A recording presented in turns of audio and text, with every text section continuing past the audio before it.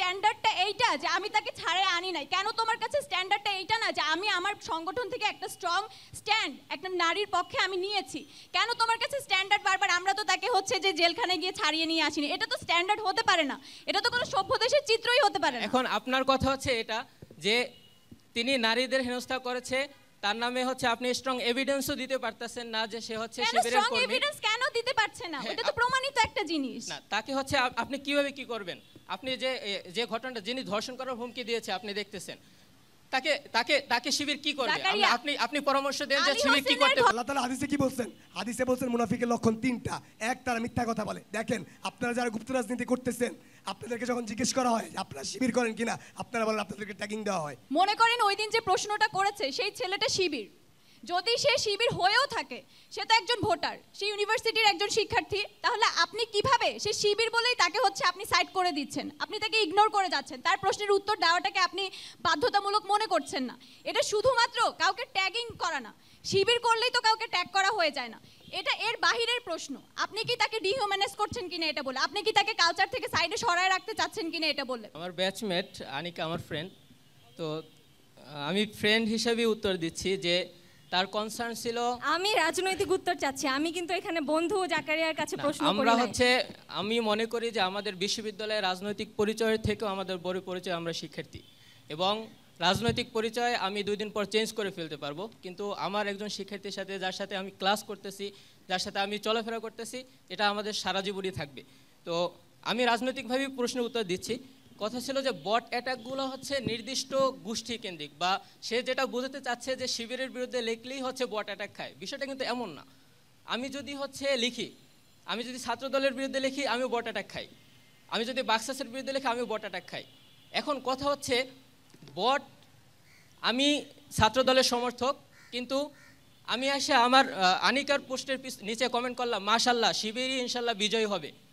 বট attack, আমি জানি না সে কে, সে ছাত্রদলের কোনো একটা সমর্থক, সে বট আইডি খুলে সে আমার আনিকার পোস্টের নিচে কমেন্ট করলো যে ইনশাল্লাহ শিবির বাংলাদেশ দাপিয়ে বেরাবে। তাহলে এটা কি শিবির? আমি কিভাবে বুঝবো যে সে সত্যি শিবিরের? এই ধরনের অসংখ্য এভিডেন্স আছে যেখানে আমরা দেখেছি যে সে শিবির শেষে কমেন্ট করতেছে, আরেকজনের ব্যাশিং করতেছে, কিন্তু তার আইডি খেটে দেখা যাচ্ছে সে তারেক জিয়ার হচ্ছে ফ্যান, সে হচ্ছে ছাত্রদলের ফ্যান।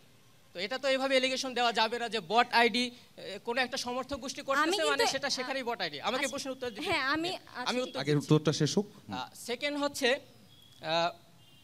আমরা হচ্ছে কোনো ব্যবস্থা নিয়েছি কিনা, যিনি হচ্ছে আমাদের এক শিক্ষার্থী বোনকে সে গণধর্ষণের মতো একটা জঘন্যভাবে ট্যাগিং করেছে, এবং এটা ঢাকা বিশ্ববিদ্যালয়ের শিক্ষার্থী হিসেবে সে কোন দলের কোথার কি সেটা না, একটা সুস্থ স্বাভাবিক সম্পন্ন মানুষ এই ধরনের কথা বলতে পারে না। আমি আমার ঢাকা বিশ্ববিদ্যালয়ের এক বোনের বিরুদ্ধে এই ধরনের কথা তো আমি মুখে আনতে পারি না। তো সে বলছে যে আমরা তাদের বিরুদ্ধে কোনো ব্যবস্থা নিচ্ছি না। আমি উত্তর শেষ করি না, তুমি কথা, আমি উত্তর শেষ করি। মুন্না আগে উত্তরটা শেষ হোক, মুন্না আমরা আবার আসবো। তো আমি যেটা বলেছি যে আমরা ঘোষণা দিয়ে কেন করি না, অসংখ্যবার ঘোষণা দেওয়া হয়েছে, অসংখ্যবার এভিডেন্স দেওয়া হয়েছে যে ভুয়া বট আইডি সেজে সে অন্য দলের সমর্থক, কিন্তু সে শিবিরের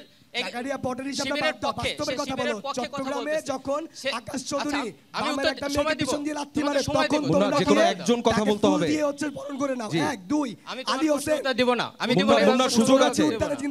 সুযোগ আছে, প্রশ্ন করার সুযোগ আছে, আমি সুযোগ দেব। মুন্না আমি হচ্ছে যখন সময় দেব তখনই তোমার প্রশ্ন করতে হবে। হ্যাঁ প্লিজ জাকারিয়া কন্টিনিউ। সেকেন্ড যেটা বললো যে আমরা কেন ঘোষণা দিচ্ছি না, আমরা ঘোষণা দিয়েছি, এবং যিনি কমেন্ট করেছে, যিনি পোস্ট শেয়ার করেছে, আমরা তার বিরুদ্ধে প্রক্টর অফিসে অভিযোগ দাখিল করেছি। আমরা কি করতে পারি এর পরে? আমরা কি করতে পারি? সে যদি কোনো রিয়েলি হচ্ছে টর্চার করে কারো বিরুদ্ধে, কেউ শিবিরের কেউ বা শিবিরের ধারী কেউ করে, আমরা নিজ হাতে তাকে থানায় দিয়ে আসবো। জি নুসরাত জাহান নিশু, আপনার একটা প্রশ্ন ছিল। মুন্না আসছি, নিশুর প্রশ্নের পরে আপনার কাছে আসছি। আমার প্রশ্নটা আসলে সংযুক্ত, যেহেতু জাকারিয়া বারবার বলছে যে কারা এই বট আইডিগুলোর পিছনে থাকে, আমরা তো আসলে ওদের পরিচয় জানি না, বাট যাদের ক্ষেত্রে হচ্ছে আপনারা এটা জানেন তাদের ক্ষেত্রে আসলে কি ব্যবস্থা নেন? মনে করেন, আমি শেষ করিনি, একটু শেষ করি। যেমন আমি একটা উদাহরণ দেই, টিএসসিতে কয়েকদিন আগে একজন লোককে ধরা হয়েছে যে হচ্ছে রাজাকার ইস্যুটাতে আপুরা হচ্ছে আন্দোলন করছিল, বাম বলেন বলেন যেই বলেন তারা স্লোগান দিচ্ছিল এবং ওই লোক পিছন থেকে খুব ক্লোজ অ্যাঙ্গেলে ভিডিও করছিল এবং পরে যখন তাকে ধরা হয় দেখা যায় তার আইডিতে 3-4টা বট আইডি এবং এগুলো থেকে সে বিভিন্ন মেয়েদেরকে হ্যারাস করে যাচ্ছে এবং পরবর্তীতে দেখা যায় যে শিবিরের সে সাথী বা কর্মী। এখন এই ধরনের ইস্যুগুলোতে যেগুলোতে আপনারা জানতে পারছেন যে বট আইডিগুলোর পিছনে কারা আছে, এই ঘটনাগুলোতে আপনাদের স্ট্যান্ড আসলে কি? আচ্ছা, আপনি যে কনসার্নটা দিয়েছেন সেখানে আমিও ছিলাম। সেখানে তো প্রক্টরের সামনে তাকে তুলে দেওয়া হয়েছে, প্রক্টরের হাতে তুলে দেওয়া হয়েছে। এখন প্রক্টর ব্যবস্থা নেবে। এখন আপনি কি চান যে শিবির হচ্ছে তাকে ওখানে পিটাবে ধরে? অবশ্যই না। তুমি হচ্ছে আমার, না, তুমি আমার পোস্ট শেয়ার সরি, করতেছো। আপনি আমার মুখে কথা বসানোর চেষ্টা করেন না। এখানে ডিহিউম্যানাইজ করার কোনো কথাই বলা হয়নি। কিন্তু আপনারা জানেন এই ধরনের যে হ্যারাসমেন্টগুলো হয় ওগুলো সাইবার স্পেসে হয়। কিন্তু এই যে ঘটনাটা হচ্ছে জাকারিয়া বলল পরবর্তীতে প্রক্টর স্যাররা ব্যবস্থা নিয়েছে। ছাত্র শিবির কি ব্যবস্থা নিয়েছে? তারা কি অনলাইনে এসে বলেছে যে এই ধরনের ঘটনা যারা ঘটাচ্ছে সংস্থা থেকে বা শিবির থেকে তাদের বিরুদ্ধে ব্যবস্থা নেওয়া হবে? বা এই যে ওরা যে কাজগুলো করে এগুলো তো ওরা সংগঠনের আস্থায় করে বা একটা লিভারেজ পেই করে, তাহলে এগুলোর বিরুদ্ধে কি আপনারা কখনো জোর গলায় কিছু বলেছেন? জাকারিয়া। হ্যাঁ, অবশ্যই অসংখ্যবার জোর গলায় বলা হয়েছে এবং ছাত্র শিবির সেখানে গিয়ে তাকে থানায় গিয়ে মিছিল করে নাই যে হচ্ছে তাকে সারিয়ে আনতে হবে। আমরা দেখেছি ভোলায় ঘটনা ঘটেছে, সেখানে অভিযুক্তকে পরবর্তীতে থানার সামনে মিছিল করা হয়েছে যে হচ্ছে সে আমাদের দলের, তাকে সারিয়ে আনতে হবে। তো শিবির কি এই ধরনের কোনো এভিডেন্স আছে?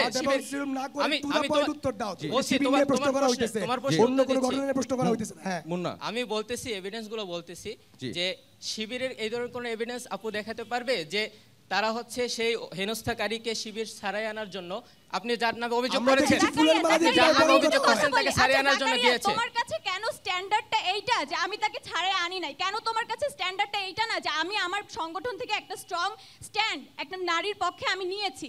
কেন তোমার কাছে স্ট্যান্ডার্ড বারবার আমরা তো তাকে হচ্ছে যে জেলখানায় গিয়ে ছাড়িয়ে নিয়ে আসিনি? এটা তো স্ট্যান্ডার্ড হতে পারে না, এটা তো কোনো সভ্য দেশের চিত্রই হতে পারে না। এখন আপনার কথা হচ্ছে এটা যে তিনি নারীদের হেনস্থা করেছে, তার নামে হচ্ছে আপনি স্ট্রং এভিডেন্সও দিতে পারতেছেন না যে সে হচ্ছে শিবিরের কর্মী। স্ট্রং এভিডেন্স কেন দিতে পারছে না? এটা তো প্রমাণিত একটা জিনিস না, তাকে হচ্ছে আপনি কিভাবে কি করবেন?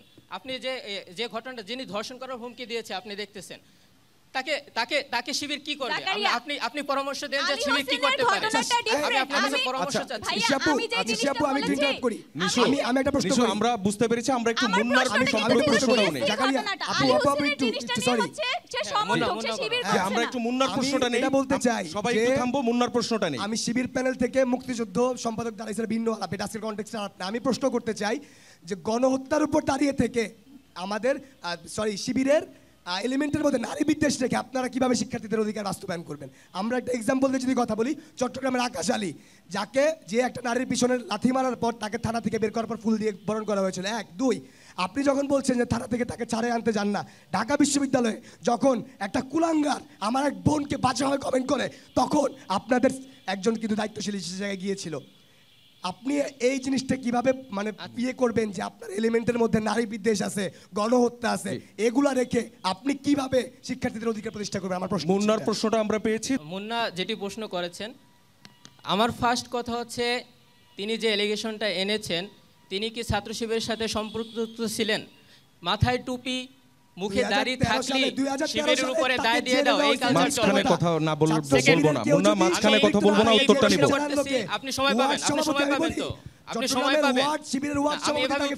মুন্না উত্তরটা শুনতে হবে। মুন্না শুনেন, আমি উত্তরটা শুনতে হবে। আমি একজন প্র্যাকটিসিং মুসলিম। আপনি এখানে ওদিকে নিয়ে যান না যে দাড়ি টুপি থাকলে রাজাকার, দাড়ি টুপি থাকলে কখনো রাজাকার না।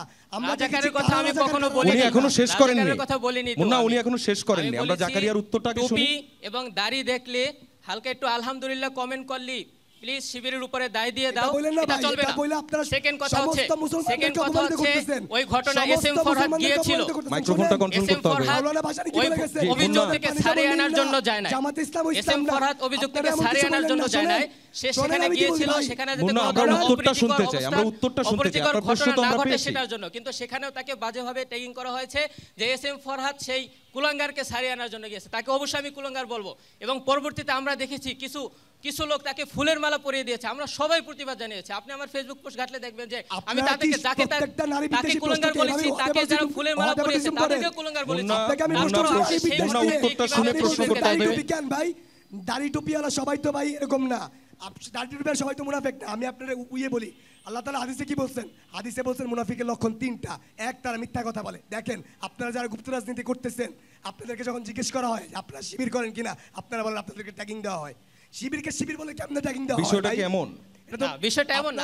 আপনি দেখেন আপনার দলের যে নেতা যাকে ট্যাগিং দিয়েছে সে বাক্সাসের গেঞ্জি পরা ছিল।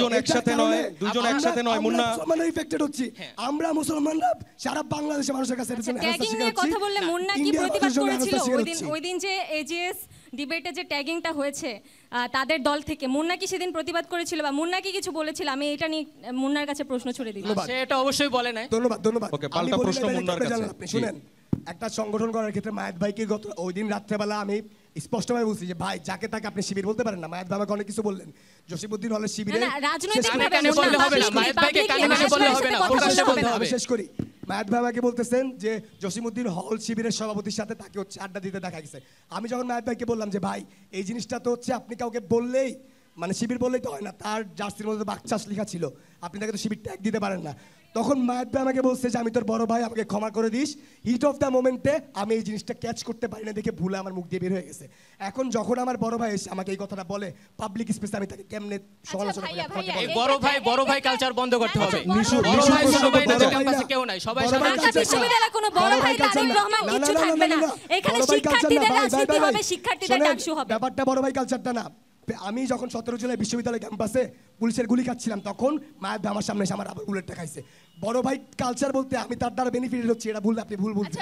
আমি যথেষ্ট মেরুদণ্ড হল একটা ছেলে।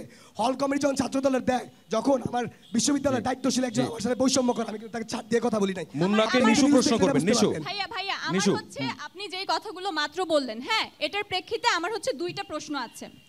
মনে করেন ওই দিন যে প্রশ্নটা করেছে সেই ছেলেটা শিবির, যদি সে শিবির হয়েও থাকে, সে তো একজন ভোটার, সে ইউনিভার্সিটির একজন শিক্ষার্থী, তাহলে আপনি কিভাবে সে শিবির বলেই তাকে হচ্ছে আপনি সাইড করে দিচ্ছেন, আপনি তাকে ইগনোর করে যাচ্ছেন, তার প্রশ্নের উত্তর দেওয়াটাকে আপনি বাধ্যতামূলক মনে করছেন না? এটা শুধুমাত্র কাউকে ট্যাগিং করা না, শিবির করলেই তো কাউকে ট্যাগ করা হয়ে যায় না, এটা এর বাহিরের প্রশ্ন। আপনি কি তাকে ডিহিউম্যানাইজ করছেন কিনা এটা বলে, আপনি কি তাকে কালচার থেকে সাইডে সরায় রাখতে চাচ্ছেন কিনা এটা বলে। এবং এট দ্য সেম টাইম আরও একটা প্রশ্ন আমি বলতে চাই, যেহেতু আপনি বড় ভাইয়ের কথা বললেন, আপনি যেহেতু একটা সংগঠনের রাজনীতি করেন এবং ওই প্যানেল থেকে নির্বাচনে দাঁড়িয়েছেন, আপনি আপনার বড় ভাইয়ের এগেনস্টে এই ক্ষুদ্র একটা ব্যাপারে আপনি স্ট্যান্ড নিতে পারছেন না। ভবিষ্যতে যখন শিক্ষার্থীদের স্বার্থ আসবে, আপনি কিভাবে আপনার দলের এগেনস্টে গিয়ে শিক্ষার্থীদের স্বার্থ?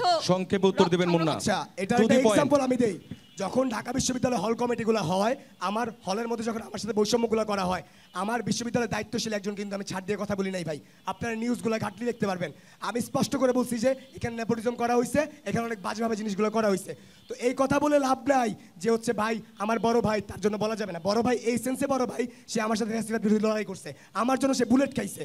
তার সাথে আমার রাজনৈতিক যখন পরিচয় হয়, রাজনৈতিক ওরিয়েন্টেশনের জায়গা থেকে যখন শিক্ষার্থীদের স্বার্থবিরোধী কোনো কাজ করছে সে, অথবা বৈষম্য অথবা নেপোটিজমের মতো যখন কোনো কিছু করছে, আমি আজ পর্যন্ত কাউকে ছাড় দিয়ে কথা বলি নাই। ব্যক্তিগত বিলিফের জায়গা থেকে আমি নিজেকে খুব মেরুদণ্ড একটা মানুষ মনে করি, যার উদাহরণ আমি গত দিয়েছি, কাউকে কখনো বলি না। কারণ জুলাই অভ্যুত্থানে আমিও একজন সহ সমন্বয়ক ছিলাম, আমি আজ পর্যন্ত প্রচারণায় গিয়ে কাউকে কোনোদিন এই কথাটা বলি নাই। আন্দোলন পরবর্তী সময়ে কিন্তু আমি আবার নিজের ব্যানারে চলে আসছি। কেন চলে আসছি? আমি দেখতেছি এই মুহূর্তে বাংলাদেশ যদি রিফর্ম করতে হয়, আমি যদি দেখি যে সংগঠনটা জুলাই বিক্রি করে দাঁড়ায় আসছে শহীদের রক্তের উপর, তারা এক একজন হাজার হাজার কোটি টাকার মালিক, তারা কখনো দেশ রিফর্ম করতে পারবে না। যাদের এলিমেন্টের মধ্যে নারী বিদ্বেষ আছে, তারা কখনো দেশ রিফর্ম করতে পারবে না। তো মন্দের ভালো হিসেবে আমার কাছে তো আর কোনো ওয়ে নাই ভাই।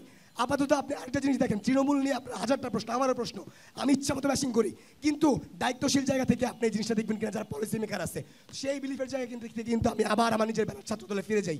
তো এই কথা বলে লাভ নাই যে শেষ করি বড় ভাইদেরকে প্রশ্ন করা যাবে না।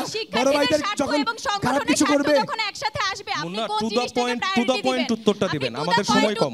আপনি বিশ্ববিদ্যালয়ের স্বার্থ এবং সংগঠনের স্বার্থ কোনটাকে আপনি প্রায়োরিটি দিবেন? টু দ্য পয়েন্ট উত্তর হচ্ছে, আমি কিন্তু এটার এক্সাম্পল পূর্বে দিয়েছি এবং সেটার উপর বেস করে আমি বলতেছি, যখন এমন কোনো সেন্স আসবে যে জিনিসটা হবে আমার সংগঠন এবং শিক্ষার্থীদের স্বার্থের বিরোধী, যদিও আমার বিশ্বাস এটা হবে না, যদি তারপরেও হয়, সবার আগে যদি কেউ আওয়াজটা তোলে সেটা আমি মোহাম্মদ মেহেদী হাসান মুন্না হব, কারণ এটার প্রমাণ আমি বিগত জুলাই অভ্যুত্থানে দিয়েছি।